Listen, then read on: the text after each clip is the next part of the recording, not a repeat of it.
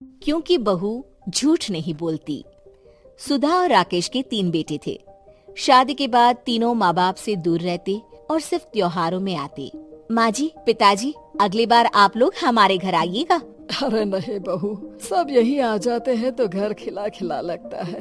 हाँ बहू, तू हमेशा बुलाती है तो जरूर आएंगे तेरे पास भी। हाँ हाँ, दीदी का घर बड़ा जो है, सब कुछ आपने शादी के बाद दीदी को ही तो दे दिया था। हमें भी दिया होता तो हम भी बड़ा घर लेते। क्यों सुनील? अरे नहीं नहीं, पापा ने सबको एक बराबर ही दिया है। छोटी बहू, क्या चाहिए तुम्हें, बोलो। वो आपके सोने की चेन वाली घड़ी है ना, वो अगर आप मुझे।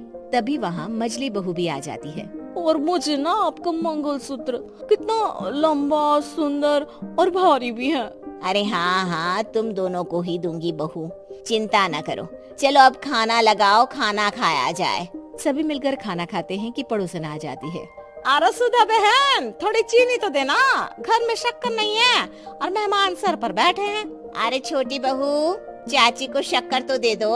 अरे मछली दीदी, आप दे दीजिए ना, मैं यहाँ कम आती हूँ तो मुझे पता ही नहीं है कि सासू माँ सारी चीजें कहाँ रखती है। और तुम, मैं कौन सा यहाँ रोज शक्कर फाँकने के लिए आती हूँ, मुझे भी नहीं है पता। तभी बड़ी बहू हाथ में चीनी की कटोरी लेकर आती है। चाची, शक्कर आप लोगों का बड़ा सहारा है माँ जी और पिताजी को, वरना हम लोग तो यहाँ रहते ही नहीं। आप जैसे पड़ोसी हैं तो हम निश्चिंत हैं। और जीती रहे बहू, अब तो ये घर पड़ोस कम परिवार ज्यादा लगता है।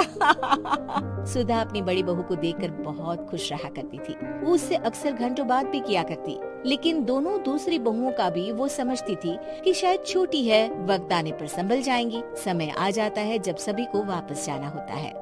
माँ जी, हम लोगों की फ्लाइट पहले है, हमें इजाजत दे। वो सास के गले लगकर चली जाती है। थोड़ी देर बाद छोटी बहू कहती है, माँ जी, मैं ना ये सोफे के कवर और चादरें ले जा रही हूँ, यहाँ तो ऐसी ही पड़ी रहेंगी। हाँ हाँ बहू, ले जा, और कुछ चाहिए तो बोल। और तो चाहिए बहुत कुछ, पर चलिए कोई बात नहीं, अगली बार ले जाऊंगी मैं। ऐसे ही मंजली बहू भी घर का बहुत सारा सामान ले जाती है। सभी के जाने के बाद सुधा राकेश से कहती है, घर कितना सूना लग रहा है ना। हाँ, और खाली भी।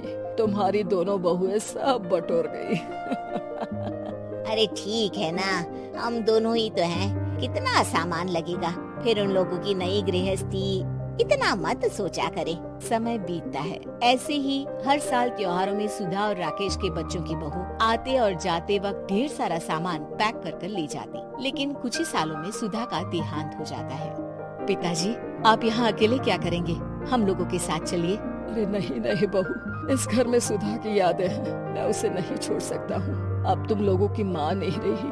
देख लो, वैसे तो मैंने उसके जीते जी सब कुछ दे दिया है, लेकिन कुछ उसका पर्सनल कीमती सामान था जो ये है, ले लो। सामान में होती है एक घड़ी और एक मंगलसूत्र। माँ जी ने कहा था कि वो ये घड़ी मुझे देंगी। हाँ हाँ, पिताजी, माँ ने सबके सामने ये घड़ी सरिता को देने के लिए कहा था। उठा लो सरिता माँ की घड़ी। अब क्या था, छोटी बहू फट से घड़ी उठा लेती है। और पिताजी, ये मंगलसूत्र तो माँ ने मुझे ही देने को कहा था, याद है ना? वो सभी की ओर इशारा करती है। तू भी ले ले ये हार बेटा, कोई बात नहीं। मंजली फटाक से हार उठा लेती है। ससुर बड़ी बहू की तरफ देखते हैं। तुझे क्या दूं बेटा? पिताजी, माँ ने एक चीज मेरे लिए भी रखी है। सभी के कान खड़े हो जाते हैं कि आखिर सास ने क्या रखा होगा बड़ी के लिए। अरे माँ जी तो दीदी से प्यार भी ज्यादा ही करती थी, हमेशा उनसे बात किया करती। जरूर कोई बड़ी और अपनी प्रिय चीज दी होगी दीदी को। और देख लेते हैं ना, वरना तो हम भी बराबर का बंटवारा करेंगे। हाँ हाँ, कर लेना बंटवारा। लेकिन बड़ी बहू, बताओ तो सुधा ने क्या रखा है तुम्हारे लिए? अभी तो हम लोग यही हैं पापा जी, जब जाने लगेंगे तो बता दूंगी। बड़ी बहू के मुंह से ये बात सुनकर बाकी 2 बहुएं सोचने लगती है कि आखिर क्या है जो दीदी को सासू माँ देकर गई है। दीदी, ऐसा तो नहीं ना कि पूरे घर का आधा हिस्सा माँ बड़ी भाभी को देकर गई हो? तभी वहाँ ससुर आ जाते हैं। नहीं नहीं, ऐसा कुछ नहीं है। मकान तो तुम तीनों का बराबर से है। देखो, बड़ी बहू से तुम्हारी सास ज्यादा जुड़ी थी, न जाने क्यों घंटों बात किया करती थी। पता नहीं क्या देकर गई है उसे। और ससुर जी, आपको क्या पता, चालाकी से पूरे घर के पेपर में साइन करवा लिए हो, या फिर कोई छुपा गहना। आखिर मकान पूरा तो आपने सासू माँ के नाम ही कर रखा था ना। अब घर में ये सस्पेंस बन जाता है कि आखिर बड़ी बहू क्या लेकर जाएगी। फिर वो दिन भी आ जाता है जब बड़ी बहू के जाने का समय हो जाता है। बेटा, परसों तुम चली जाओगी, बताया नहीं, माँ ने तुम्हें क्या दिया? घड़ी और हार जो बेशकीमती था और तुम्हारी सास को सबसे ज्यादा प्रिय था, उसका तो बंटवारा भी हो चुका है। अब तुम्हारी बारी। हाँ पिताजी, आज मैं ये बात बताने ही वाली थी। माँ ने मुझे उससे भी बेशकीमती चीज दी है और वो है आप। आपसे अधिक प्रिय उन्हें कुछ नहीं था। माँ चाहती थी कि आप मेरे साथ रहें। चलिए पिताजी। बेटा, मेरे पास तो कोई पेंशन भी नहीं है और ना ही कोई प्रॉपर्टी।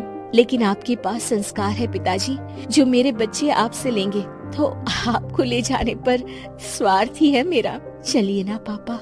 सभी के सामने पिताजी बड़ी बहू और बेटी के साथ उनके घर